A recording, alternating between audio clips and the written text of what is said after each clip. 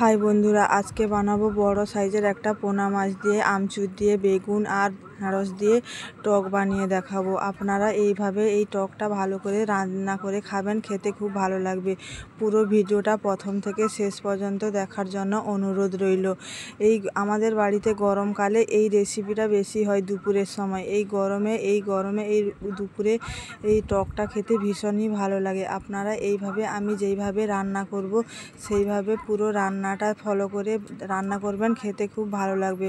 প্রথমে একটা মাথা আর একটা চাকা আর একটা পেটির মাছে লবণ আর হলুদ ভালোভাবে মাখিয়ে নিতে হবে, দিয়ে আধ ঘন্টা মতো রেখে দিতে হবে। দিলে মাছের ভিতর লবণ আর হলুদটা ভালোভাবে ঢুকে যাবে। লবণ আর হলুদ মাখিয়ে ভালোভাবে রেখে দিতে হবে।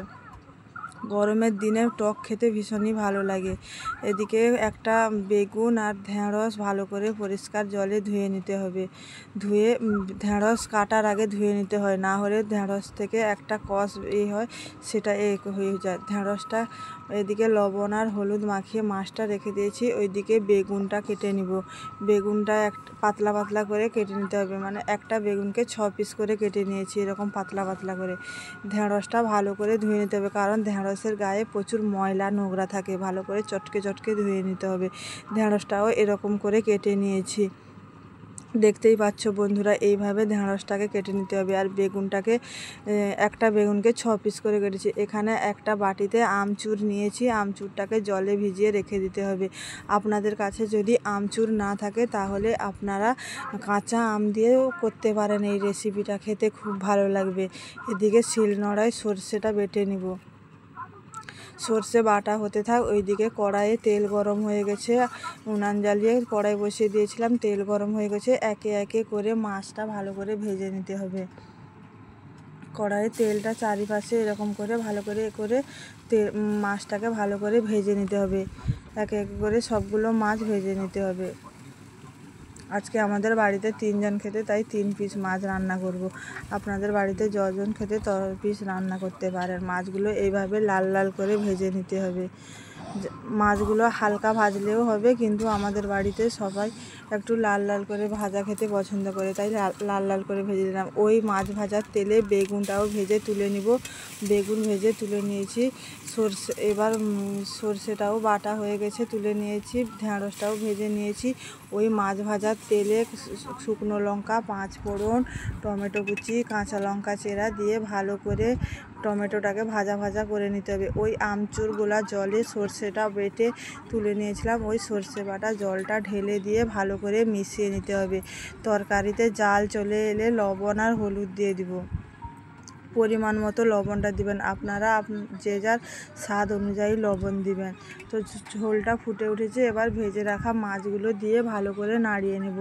পুরো অনেকক্ষণ এদিকে ঝোলটাও ফুটে উঠেছে, মাছগুলো দিয়েও আরও 10 মিনিট মতো ফুটিয়ে নিয়েছি। এবার নামানোর কিছুক্ষণ আগে বেগুন আর ঢেঁড়সটা দিতে হবে। যেহেতু সবগুলো সবজি ভাজা ভাজা করা আছে, বেশিক্ষণ আগে দিয়ে দিলে সবজিটা ঘেঁটে যাবে পুরো। নামানোর কিছুক্ষণ আগে ঢেঁড়স আর বেগুনটাও দিয়ে ভালো করে ফুটিয়ে নিতে হবে। ঢেঁড়স আর বেগুন দেওয়ার পরে হালকা একটু নাড়াচাড়া করতে হবে, যেহেতু বেগুনটা ভাজা আছে, বেগুনটা পুরো ঘেঁটে যাবে। এইভাবে ভালো করে ফুটিয়ে নিতে হবে। বন্ধুরা, আমার এই ভিডিওটা যদি ফেসবুক পেজ থেকে দেখো তাহলে ফেসবুক পেজটিকে ফলো করে দাও, আর যদি ইউটিউব চ্যানেল থেকে দেখো ইউটিউব চ্যানেলটিকে সাবস্ক্রাইব করে পাশে দেখো আমার এরকম নিত্য নতুন ভিডিও দেখার জন্য।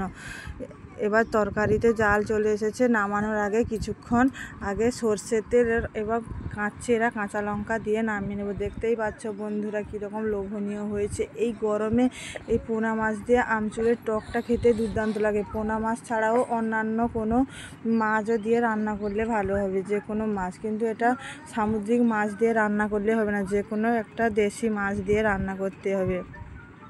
দেখতেই পাচ্ছ।